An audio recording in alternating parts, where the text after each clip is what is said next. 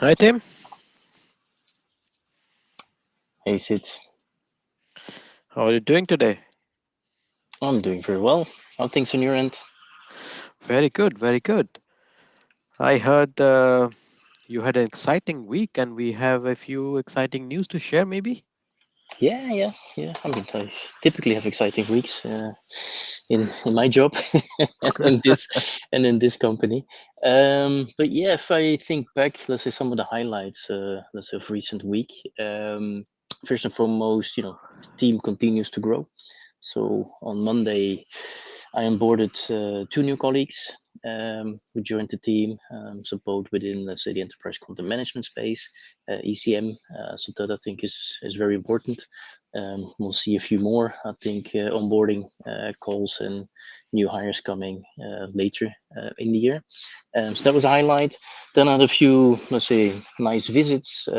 We had the mayor of the commune here in Denmark, where the company is based and registered, who came on visit together with the new director for the region, as well as the head of the local business organization. So that was a really good chat, really good input. They were very excited to hear how international we are as an organization and the type of customers that we serve. So I was told to be less humble moving forward and to get more visible. Okay. Yeah. At least compared, because we're in the part of Rebild, which is more in the north of Denmark.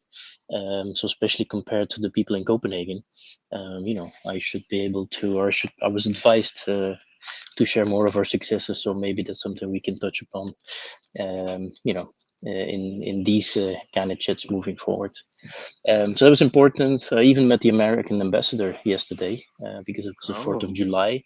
And again, coincidentally, I live in the region in Denmark, which in the last 111 years has been celebrating the 4th of July. So it's the largest 4th of July celebrations outside of Denmark. Um, so that was also very, let's say, combined with some business network event.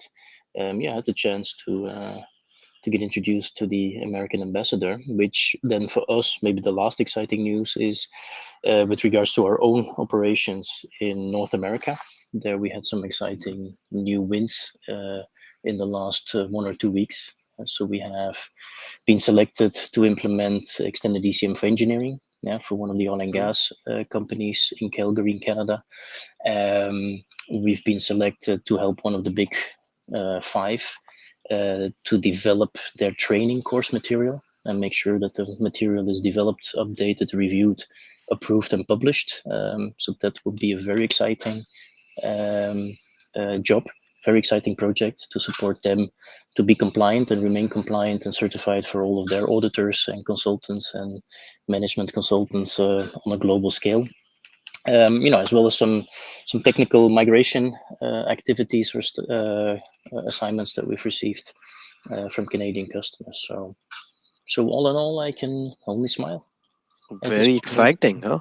You met Yeah, the American ambassador as the biggest 4th of July celebration outside US, and then had the mayor come in to, congratulate us to on our success. New yeah, business wins, new colleagues.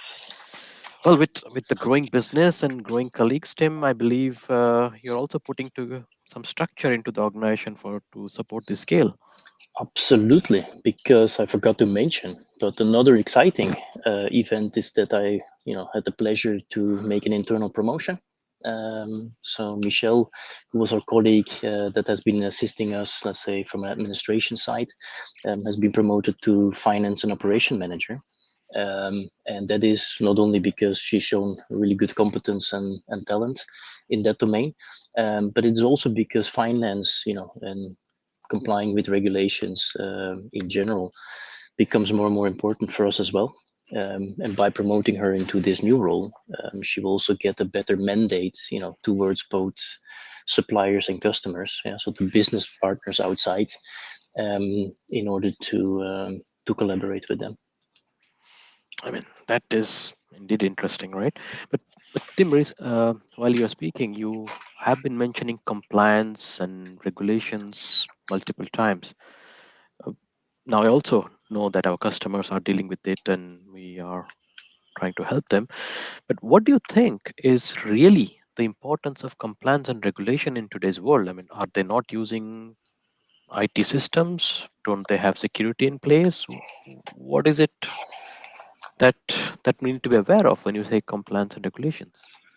I mean, my first observation or my first take on it is that this is this is a complex, right? And this is a big beast, so to speak.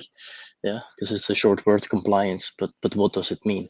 Yeah, but I see it getting more and more importance. Yeah, I do see, for example, in this part of the world, in Europe, I do see Europe and the EU catching up and pushing more and more regulations and reporting requirements and all of those good things to organizations.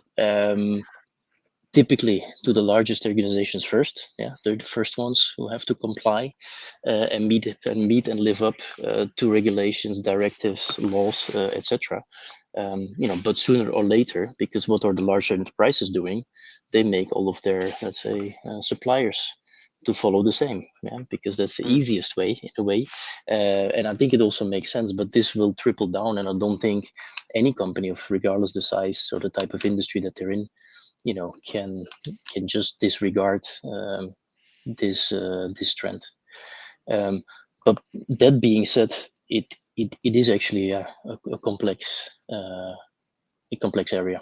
That's at least my take on it from where I'm sitting, heading up the company here. But I don't know how you see it because you deal with these large enterprises, and I'm sure you get the questions on a fairly regular basis, or how is it there? I mean, indeed, as you say, it's on everyone's mind, right? Compliance and how do you deal with it? Now, traditionally, if we see, compliance was about mostly financial, right? Traditionally, compliance was about, okay, how do I report my financial data? How do I secure audit and such? But in today's world, that has gone beyond financial. We talk Mm, about ESG. We talk about supply chain. We talk about, the whole the, the vendor of your vendor to your customer of your customer, extended supply chain for that matter.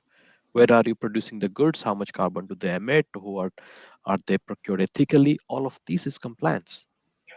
So the compliance in today's world is extending beyond the classic financial realms, which was anyway quite complex to start with. And they had, when we talk about documents, for example, take a vendor invoice, for example, right? I mean, that's a legal document. So when you receive a vendor invoice, you have to be able to store it properly so it cannot be tampered with. There are retention periods in different countries, and then you have to be followed, etc. And then no one can be able to change it. If anything happens with the payment, there has to be a clear audit log, and internal control should be able to see that. Those are what I call financial compliance. mm, Now, what is happening is, with EU, as you said, there's a new initiative, CSRD, that is being planned to come from to effect next year, where EU companies above a certain threshold, they will be required to report their CSR spendings on a EU level, and board will be personally held responsible. Now, there is initiatives going on to combine the ESG data into the invoicing and the procurement, the goods and the invoices that are received. So there we are going beyond, let's say, the information that is pure financial to the supply chain. mm, So I see more and more things that are being discussed and being more complex, and the data sources being increased, and the reporting framework being also taking new dimensions. So everything is changing at the same time, which is an interesting thing because, again, every day we work with systems that are actually geared for this, right? And we also see quickly those systems getting evolved to meet these challenges. So I would say interesting times we are living in. mm. But would you say it's let's say an advantage to, let's say, being a very large enterprise? Yeah, let's say typically our customers, to be on those big systems with a lot of functionality. Is that an advantage, or do you see more a trend going for the smaller, let's say, point solutions that cover or, let's say, solve a specific requirement? Well, I believe we are living in a very complex world, right? And there is probably room for more than one system to get a job done.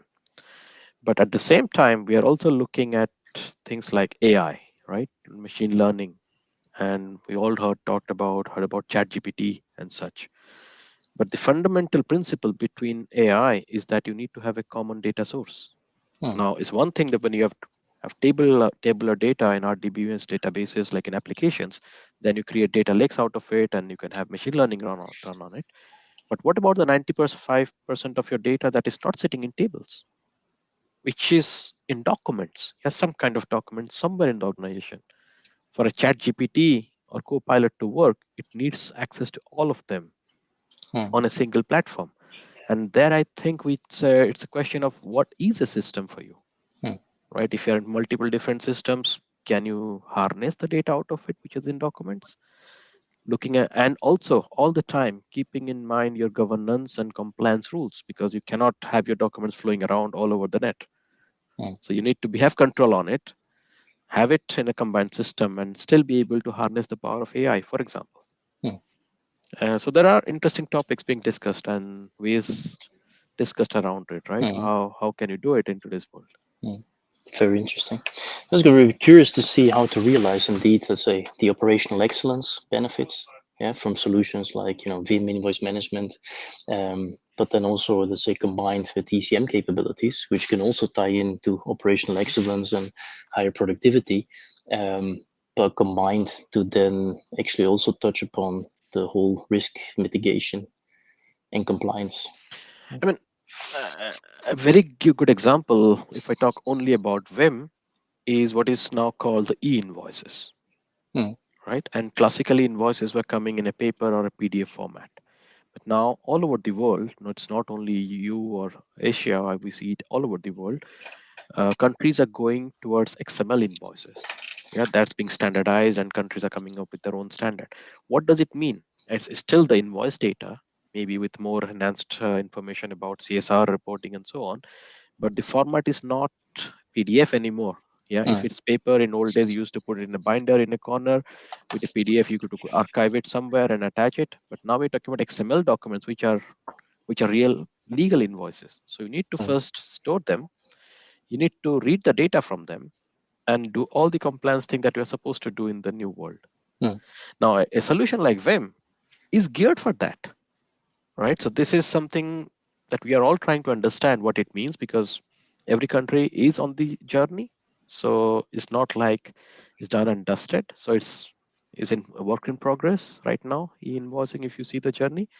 But when you are on a standard solution like vendor invoice management and on SAP platform, then I think you are well equipped to meet mm, these challenges. Yeah, whatever and however they come. mm. Yeah, it's an interesting take. Um, I have two things that I think maybe just to drill into, because a question I often get is, but what's the difference between EDI, invoice, and an electronic, the e-invoice? Because the EDI has existed, I think, from even before you and myself were born.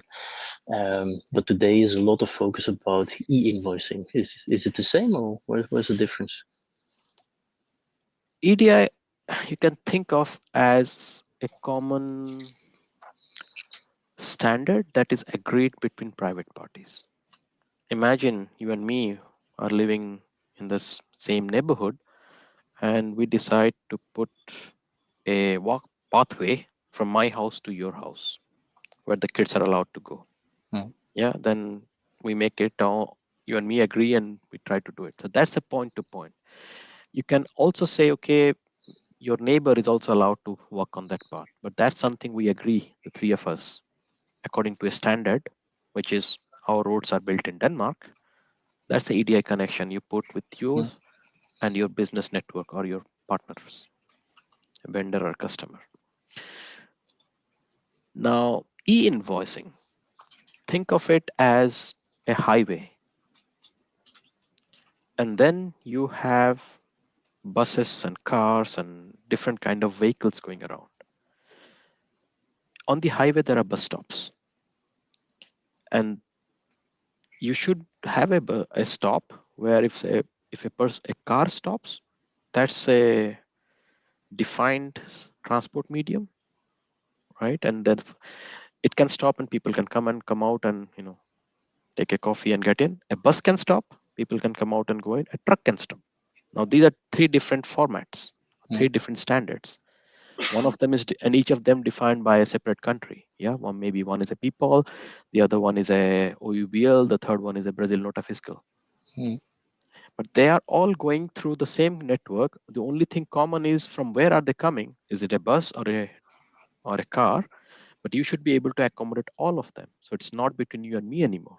mm, E-invoices are regulated by tax authorities. So standard is there per country. So we have to, doesn't matter what kind of agreement I had with my business partner in that country, but now that business partner has to send me information in the format that is dictated by the tax authorities. And then I have to be able to receive that. So instead of me saying this is the only format I will receive, I have to accommodate a stop which will allow buses and trucks and cars to stop. mm. Okay. Yeah. Definitely change also on its way for us. Yeah. To not only receive invoices in that manner, but also to be able to send invoices in different countries when it Absolutely, becomes absolutely. mandatory. So indeed, it's not only an AP problem; it's an AR problem as well. Not a problem, but a way of working is changing, Mm, right? So you need to be. But if you look at it, it's also meant to help businesses grow faster. Because if you can get your VAT cleared faster, and you don't have to spend a lot of time in your VAT reporting and claiming back, it will be done automatically. mm, So the flow of money, the cash flow, is optimized even better by all mm. of this. Good.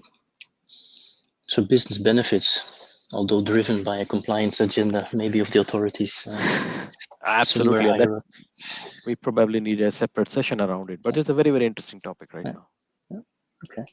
Maybe just one last thing, which is now again not to confuse the e-invoicing with electronic signatures. Yeah, but you mentioned a lot about, okay, you have, let's say, a VIM system dealing with invoices. Now, one thing is to get them processed, let's say, through quickly. Another aspect is, of course, to deal with the invoice document in a proper manner and all the related, let's say, information and documents, both before and after. Contract with the vendor, agreements made, deviations from it, escalations, whatever else you can have. It was actually made me think that yesterday at one of these network events, was talking to another CEO, and he asked me. So when he asked me what we were doing, and I said, okay, I mean, within, let's say, a whole document management area, also taking care of electronic signatures. Yeah, because that is also a very big hype. And then he said, "Oh, but are you then?" And he named one of the, let's say, vendors, one of the many vendors in the electronic signature world. Are you then competing with them? I said, well, it's kind of both competing but also collaborating. Yeah, because the Mm. solutions that we have integrate with multiple of these many vendors that are out there. I said, but at the same time, yeah, it's in a way also, of course, functionality that we can provide the electronic signature. And he made a good point to say, but most of these electronic signature vendors who were born to provide electronic signature functionality between business partners, start to also provide document management capabilities because they understand that when that document is signed, it has to be stored somewhere. Yeah. And Mm. governed. And in that manner, we had a short discussion, and I exchanged my thoughts that, well, yeah, but what would you be most comfortable with, working with solution that is designed um, to be a document management system and then adds some electronic signature functionality, or the other way around. Yeah, go with a Mm. solution and a vendor that actually was born to do electronic signature and now starts to add DMS type of or ECM type of functionality. Yeah, and then I will add one more dimension to it: scale. Hmm, Because if you're looking at a specific geography, like where we are, Denmark, and if a company is only in Denmark and a particular way of electronic signature is prevalent in this country, maybe we can then choose whether I go for a DMS or I choose the repository of the electronic signature provider. But if you scale up and you are in many different countries, the definition of electronic signature is not the same anymore. hmm, We have invoices in many countries where electronic signature is part of the QR code that is embedded in the invoice. hmm, The electronic signature that is in the XML files. hmm, So it's not the PDF signature with the electronic format anymore. So when you take that into consideration, then you are again coming back to my earlier comment. You need a scalable system as a common repository where different kind of things can be added, and Mm. then you can have specific add-ons built around it if necessary. So that also would play a Mm. factor. What is your Yeah. scale and what is the countries you're Mm. looking at? No, that's a good point. I didn't have that in my argumentation yesterday. No. Well, I do think Uh, he was kind of convinced. Okay, it makes more sense yeah, to but look at again, a good DMS with some additional functionality I mean, instead of the other any way around. any IT system has to solve a business problem. And yes, if with one solution his problem is solved, then I would say better use that one. But if you're again, the systems you're talking about need scale, right? I mean, if you're a small company, probably you are better off with a pure cloud solution. There are a lot of them. But if you are a medium to enterprise level, then you often don't have a one size fit all solution, Hmm. because you deal with a lot of complexity, countries, legal requirements, different kind of formats, even people, right? And culture. And that all makes it more interesting to say, okay, what can you do? What kind of global system do you have, or can you have, that can fit all your needs and still have control, right, on all of it? So yeah. Very good point. Very good point. Yeah, I don't think we're gonna be out of work anytime soon when listening to this conversation. No, I don't think so either. I mean, I think next time I talk to you, I believe you will also let us know about how many more colleagues we might have joined and how many more customers we have added in which part of the world. But it's all exciting time, and I guess we will be soon breaking up for summer. And we hope every one of us, all our colleagues, partners, network also enjoy their nice summer. But once we are back, I think we will have more exciting news to share. Absolutely. Great. Sid, and thank you a lot for your time today. Thank you, Nice Tim. catching up. It was a I'll, pleasure. we'll do this soon again. Well, bye. Thank you. Bye.